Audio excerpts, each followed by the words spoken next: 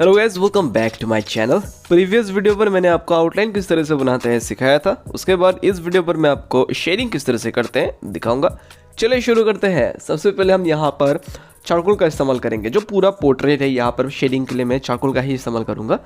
जो चारकोल का जो कैमलिन का मिलता है, 3 चारकोल पेंसिल मिलता है, हार्ड, मीडियम और सॉफ्ट। तो जो सॉफ्ट वाला पेंसिल है उसका इस्तेमाल करके जो गॉगल्स है वहाँ पर मैं शेडिंग करूँगा। गॉगल्स पूरा डार्क है इसलिए तो डायरेक्ट हम यहाँ पर पेंसिल का इस्तेमाल करेंगे। उसके बाद ब्लेंडिंग के लिए ब्रश का इस्तेमाल करेंगे। तो बस इसी दोनों का ही इस्तेमाल करके जो पूरा शेडिंग है इसको हम कंप्लीट करेंगे। किस तरह से करेंगे आप अच्छे से देखते जाओ। उसके बाद स्किन के लिए हम यहाँ पर चारकोल पाउडर का इस्तेमाल करेंगे। जो चारकोल पेंसिल है उसको हम सैंड पेपर पे घिस के पाउडर हम बना लेंगे।